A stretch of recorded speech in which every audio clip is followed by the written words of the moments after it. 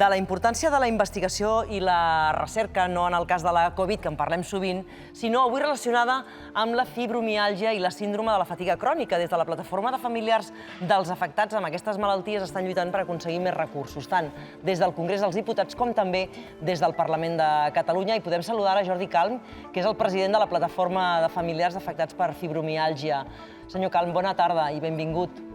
Hola, bona tarda. Bé, moltes gràcies per donar-nos a veu. Moltes gràcies a vostè per la confiança. De moment sembla que el Congrés ja ha aprovat una de les dues partides pressupostàries que vostès havien demanat, no?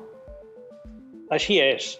Ens vam posar en contacte amb tots els grups parlamentaris del Congrés dels Diputats demanant dues coses. Una partida pressupostària per dur a terme una campanya de sensibilització social que arribés a tota la societat en general i una altra partida per dotar de recursos a la recerca en aquestes malalties. Per cert, que també han demanat ajuda al mateix Parlament de Catalunya. Avui mateix han fet un recordatori. No sé si són optimistes.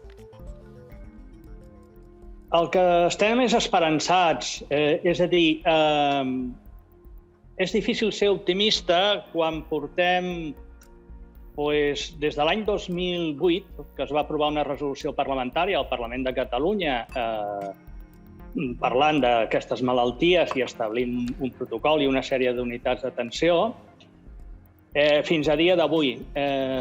Nosaltres no hem parat de treballar per assolir que s'entengui el que són aquestes malalties, perquè sovint, fins i tot, a l'entorn social més proper al malalt no entén que estigui malalt, o pitjor encara, no se'l creu. No, és que el tema, sempre que parlem de la fibromiàlgia, senyor Calm, hi ha com una mena de llosa que arrossega, a part de la situació que viuen els malalts, que és la incomprensió. La incomprensió de l'entorn social. Aquella persona que no pot. I això, per més que els mateixos malalts ho expliquen, no es resol el tema de la incomprensió. Continua havent-hi molta incomprensió social. Així és. I és molt dur per una persona que estigui malalta, que no se la creguin i que hagi de fer esforços per explicar què és el que li passa. Nosaltres tenim com a prioritat trencar aquest mur de silenci institucional al que s'enfronten el col·lectiu de malalts. Perquè sí que és cert que des de la Generalitat de Catalunya s'ha fet alguna actuació en aquest sentit, ha estat via xarxes socials o penjant-ho a la pàgina web del Canal Salut. I nosaltres el que demanem és que aquest missatge d'empatia, de reconeixement, de normalització d'aquestes malalties arribi al conjunt de la població resident a Catalunya. I això és el que no ha passat fins ara.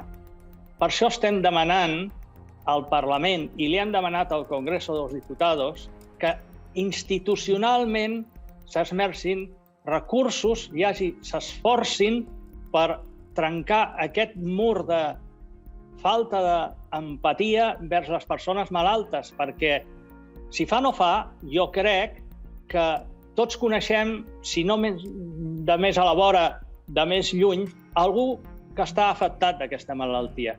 Però aquestes malalties estan molt mal explicades i necessitem que institucionalment s'expliqui que són malalties que tenen una evolució irregular, que funcionen a base de brots, és a dir, pot ser que una persona un dia sembli que estigui normal i al cap de 2 o 3 dies probablement li costarà molt, fins i tot no podrà aixecar-se del sofà o del llit. I això és difícil d'entendre fins i tot per la teva pròpia parella, pels teus familiars, pels teus amics o pels teus companys de feina en el cas que puguis treballar. Doncs per això ens ha agradat donar-los l'altaveu perquè poguessin també vostès explicar-se i que tothom prengui consciència de la necessitat de que aquestes ajudes puguin arribar a totes aquestes persones. Moltes gràcies, senyor Calm. Si m'ho permet, Perdoni? volia afegir una cosa que per nosaltres és molt important. a banda de la pròpia dotació de la partida pressupostària, i creiem molt important que en una llei que se sol dir que és la més important de la legislatura figuri aquesta partida pressupostària i que això hagi estat aprovat al Congrés dels Diputats ni més ni menys que amb 288 vots. Pensem que els pressupostos generals de l'Estat del president del govern han sortit endavant en 188 vots. I valorem molt aquest salt qualitatiu. Molt bé, moltes gràcies, senyor Calm. Fins la propera, que vagi molt bé. Ara falten 2 minuts.